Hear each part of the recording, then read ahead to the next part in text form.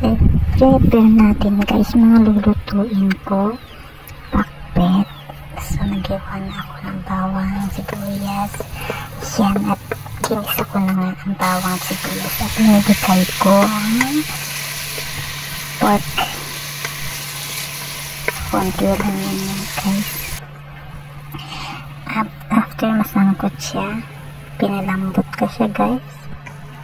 Hinalo-halo.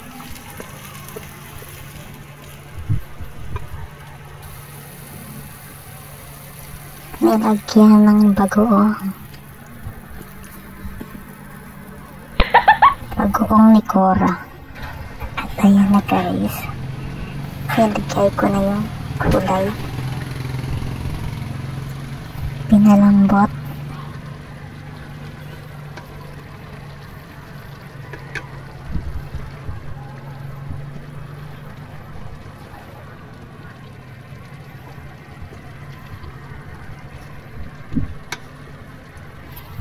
Ayan siya guys.